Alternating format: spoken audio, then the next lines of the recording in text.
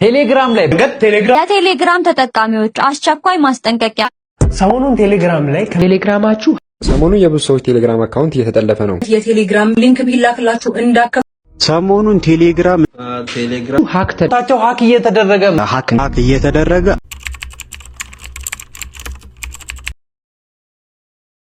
በዚህ ሳምንት ምናልባት እርሶ ወይም የቅርብ ጓደኛው አሊያም የቤተሰብ አባሉ በጣም አሳፋሪ የሆኑ የገደብ የለሽ ሴክሹዋል ምስሎች እና ቪዲዮዎች ያሉበትን ሊንክ በውስጥ መስመር ኢንቦክስ ላይ ሊኮሎት ሊሆን ይችላል። የሚገርመው ነገር ያንን ሊንክ የላከው የቅርቡ ሰው መሆኑን ስታውቁ ትደነግጣላችሁ። ይህ ሰው እንዴት እንዲህ አይነት ነገር ይልካልን ብላችሁ ታስቡ ይሆናል። ጉዳዩ ግን የባለቤቱ ሳይሆን የአካውንት ጠላፊዎቹ መሆኑን ትረዳላችሁ። ይህ ጥቃት ሰንሰለታማ ወይም ቼን ሪአክሽን ይባላል። አንድ ሰው ያንን ሊንክ ሲነካ የእሱ አካውንት ወዲያውኑ ይጠለፍና በሰኮንዶች ውስጥ በስሙ ለውስጥ መስመር ጓደኞቹና በቤተሰቦቹና እሱ ባሉበት ግሩፖችና ቻናሎች ሁሉን ያንን አሳፋሪ ሊንክ በራስ ስር ይበትነዋል። ዛሬ በዚህ ዘገባችን ጠላፊዎች ይህንን ዘዴ እንዴት እንደሚጠቀሙበት፣ ለምን የሰዎችን ስነ ልቦና ለመስረቅ አሳፋሪ ምስሎችን እንደማጥበጃ ወይም ቤት እንደሚያደርጉና አካውንቱ ከተጠለፈ ወይም ደግሞ እንዳይጠለፍ ምን ማድረግ እንዳለበት ደረጃ በደረጃ እንመለከታለን። ቪዲዮን ካሁኑ ሼር በማድረግ ለሌሎችም እንዲዳረስ አድርጉ። እስከ መጨረሻው አብረን እንቆይ።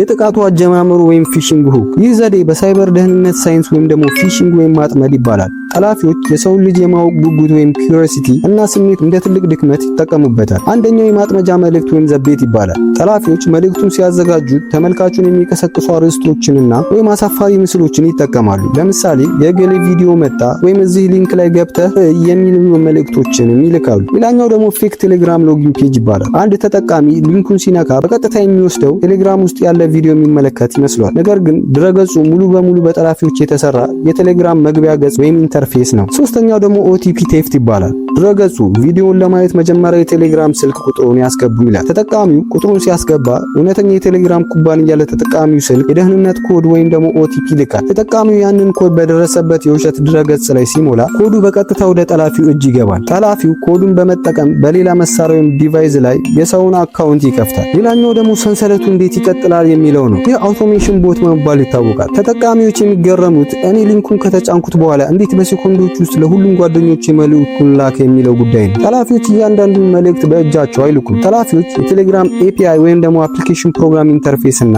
አውቶሜትድ የሆኑ ስክሪፕቶችን እና ቦቶችን ይጠቀማሉ። ጠላፊው ወደ ተጎጂው አካውንት እንደገባ የእሱ የቦት ፕሮግራም የተጎጂውን ስልክ ቁጥርና የውቂያ ዝርዝር ወይም ኮንታክት ሊስት፣ በቅርብ ያነጋገራቸው ሰዎች ወይም ደግሞ ሪሰንት ቻት እና የተመዘገበባቸውን ግሩፖች በሙሉ ያነባል። በሰኮንድ ውስጥ የቦቱን ያንን ማጭበርበሪያ ሊንክ ለሁሉም ሰው ይልካል። ለዚህ ነው ጥቃቱ በአንድ ሳምንት ውስጥ በመላው ሀገሪቱ እንደ ወረርሽኝ ሊሰራጭ የቻለው። ጥቃቱ ሰብአዊ ሳይሆን ሙሉ ለሙሉ በኮምፒውተር ፕሮግራም የሚመራ የሰንሰለት ወይም ቼን ሪአክሽን አሰራር ነው። ጠላፊዎች አካውንቱ ምን ያደርጉታል? እሺ ሌቦቹ እኛን ቴሌግራም ጠልፈው ምን ያተርፋሉ የሚለው ነው። ዋናው ዓላማቸውስ ምንድነው የሚለውን በሚገባ ማወቅ አለብን። ጠላፊዎች የተጠለፈን አካውንት በተለያዩ የወንጀል ድርጊቶች ይጠቀሙበታል። የመጀመሪያው ፋይናንሻል ፍራውድ ወይም የገንዘብ ማጭበርበር ነው። በእርሶ ስም ለቅርብ ጓደኞቹ በጣም በአስቸኳይ ችግር ገጥሞኛል፣ እባክህ በባንክ ወይም በሞባይል ባንኪንግ ይህን ያህል ብር ላክልኝ፣ ማታ መልስልሃለሁ በማለት መልእክቱን ይልካሉ። ጓደኛውም እርሶ መስለውት ገንዘቡን ወደ ጠላፊ የባንክ አካውንት ቶሎ ይልካል። ሌላኛው ደግሞ ብላክሜል ይባላል። በቴሌግራም ሴቭድ ሜሴጅ ውስጥ ያስቀመጣቸዋቸውን የግል ፎቶዎች፣ የባንክ መረጃዎች፣ ፓስፖርት እንዲሁም ፓስዋርዶች በመውሰድ ገንዘብ ካልከፈልከኝ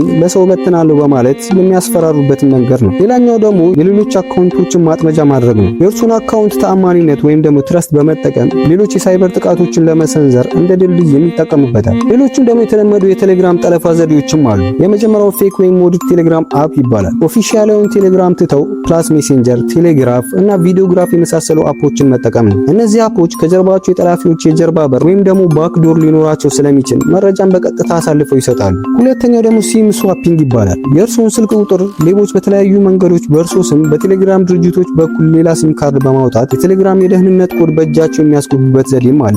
ማልዌር ወይም ደግሞ ስፓይዌር ነፃ ኢንተርኔት ይሰጣል ወይም ደግሞ ጌም ነው በሚል ሰዎችን በማታለል ስልካቸው ላይ የሚጫኑ አደገኛ አፕሊኬሽኖችን ስልክ ውስጥ የሚመጣው ማንኛውም ሜሴጅ ለጠላፊው አሳልፎ እንዲሰጡ ያደርጋል።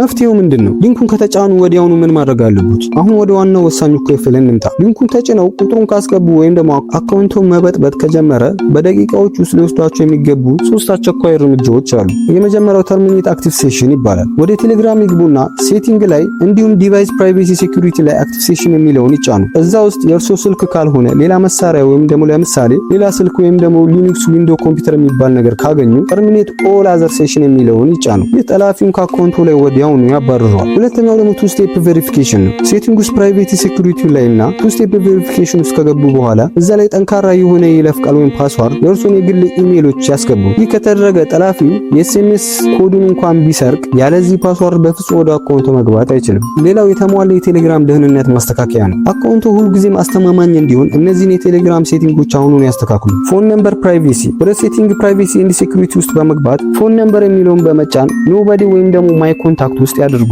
ጠላፊዎች ቁጥሮቹን እንዳያገኙ በዚህ መንገድ መከላከል ትችላላችሁ። ሌላው ደግሞ ግሩፕና ቻናል ኢንቫይት ነው። ወደ ሴቲንግ ፕራይቬሲ ውስጥ ገብታችሁ አሁን ግሩፕ ኤንድ ቻናል ውስጥ በመግባት ማይ ኮንታክት የሚለውን ያድርጉት። ይህ ካልሆነ የማያውቋቸው ሰዎች ወደ ተለያዩ የወንጀልና የማጭበርበሪያ ግሩፖች በግድ ይጨምሩታል። ሌላው ፓስኮድ ሎክ ነው። የቴሌግራም አፕሊኬሽን በፓተርን ወይም በፒን ኮድ መቆለፍ ስልኮ በሰው እጅ ከገባ እንኳን መረጃውን እንዳይሰርቅ ይጠብቁልታል። አሁን ሙሉ ለሙሉ ከተቆለፈ አካውንቱ እንዴት ማስመለስ እንደሚቻል እንገሩት። ጠላፊው ቀድሞ በመግባት የባለ ሁለት ደረጃ ወይም ደግሞ 2FA ከቀየረቦትና እርሶ መግባት ካልቻሉ ቴሌግራም አፕ ላይ ወይም ስልክ ቁጥሩ ላይ ሲያስገቡ ፎርጌት ፓስዋርድ የሚለውን ይጫኑ። ኢሜሉ ካልተቀየረ በኢሜሉ በኩል ፓስዋርዱ መቀየርም ይችላሉ። ጠላፊው ሁሉንም ነገር ከቀየረቦትና ብቸኛ መንገድ አካውንቱ ሙሉ ለሙሉ ማጥፋት ወይም ዲሌት ማድረግ ነው። ወደ መደበኛው የኢንተርኔት ብራውዘር በመሄድ my.telegram.org ላይ በመግባት ስልክ ቁጥሩን አስገብተው አካውንቱ ሙሉ ለሙሉ በማጥፋትና በአዲስ መልክ መክፈት ይችላሉ። ይህ ጠላፊው የእርሱን ስም ተጠቅሞ ወንጀል እንዳይሰራ ያቆመዋል።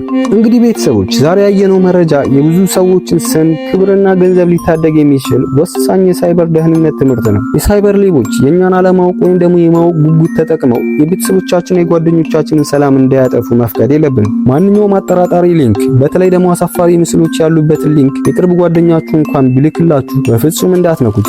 መጀመሪያ በስልክ ደውላችሁ አካውንታችሁ ተጠልፎ ሊሆን ይችላል ብላችሁ ጠይቁት። እናንተስ በዚህ ሳምንት እንዲህ አይነት መልእክት ደርሷችኋል? አካውንታችሁ ውስጥ ጠብቃችኋል? ሐሳባችሁን በኮሜንት ላይ አስቀምጡልኝ። ይህ ቪዲዮ አሁን ላይ በቴሌግራም ለሚጨነቁ ሁሉ እንዲደርስና ቼን ሪአክሽኑን ለመስበር ላይክና ሼር በማድረግ ሌሎችን እንዲዳረስ አድርጉ። ለቻናላችን ደግሞ አዲስ ከሆናችሁ ሰብስክራይብ በማድረግ የደውል ምልክቱን የሚጫኑ። በሚቀጥለው ሳምንት በሌላ ጠቃሚ መረጃ እስከምንገናኝ ሰላም ቆዩ።